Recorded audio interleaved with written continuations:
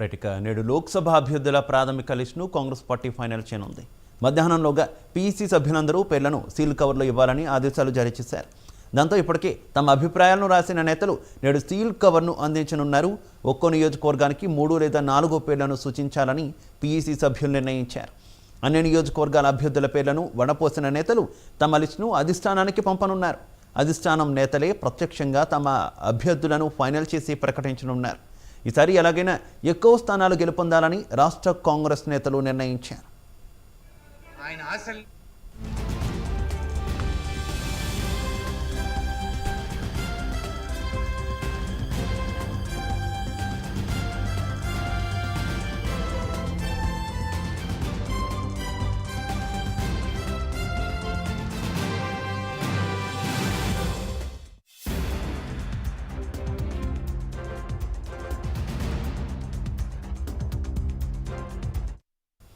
నేడు లోక్సభ అభ్యర్థుల ప్రాథమిక లిస్టును కాంగ్రెస్ పార్టీ ఫైనల్ చేయనుంది.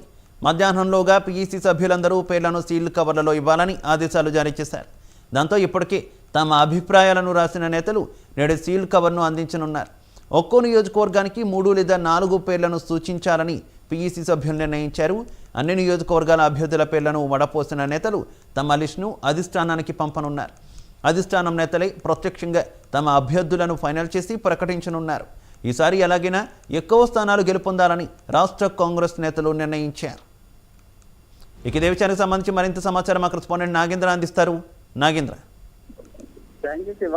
ఎట్టకేలకు తెలంగాణ పార్లమెంట్ ఎన్నికలకు సంబంధించినటువంటి అభ్యర్థుల అంశం పైన కాంగ్రెస్ లో ఒక కొలిక్కి వచ్చినటువంటి పరిస్థితి కనిపిస్తుందనే చెప్పాలి. ఎందుకంటే నిన్న జరిగినటువంటి గాంధీ భవన్ కేంద్రంగా జరిగినటువంటి బీఈసీ సమావేశంలో నిన్న అభ్యర్థులకు సంబంధించినటువంటి ఎంపిక పైన ప్రధానంగా చర్చ జరిగింది. ఎందుకంటే 17 పార్లమెంట్ నియోజకవర్గాలకు సంబంధించి దరఖాస్తులు స్వీకరించినటువంటి నేపథ్యంలో 309 దరఖాస్తులు వచ్చాయి.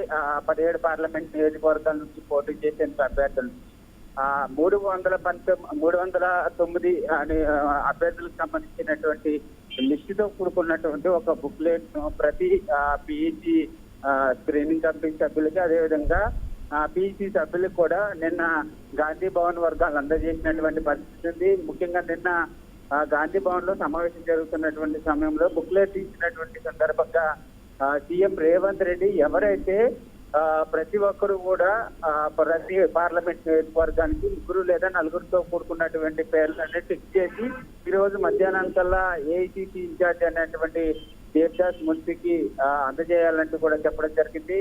దీంతో ఈ రోజు ఇచ్చేటటువంటి లిస్ట్ ఆధారంగానే కేంద్ర ఎన్నికల కమిటీకి ఆ నివేదికను పంపిస్తారు. పంపించిన తర్వాత కేంద్ర ఎన్నికల కమిటీ స్క్రూటినీ చేసిన తర్వాత అభ్యర్థులను ఎంపిక చేసేటటువంటి అవకాశం కనిపిస్తుంది.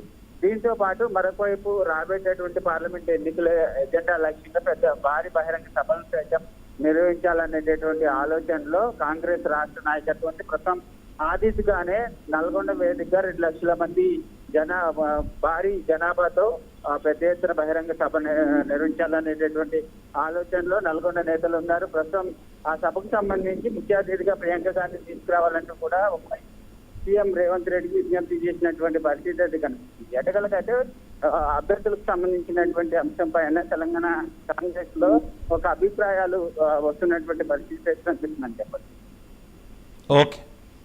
Okay Nagendra, thank you. ఆదాయానికి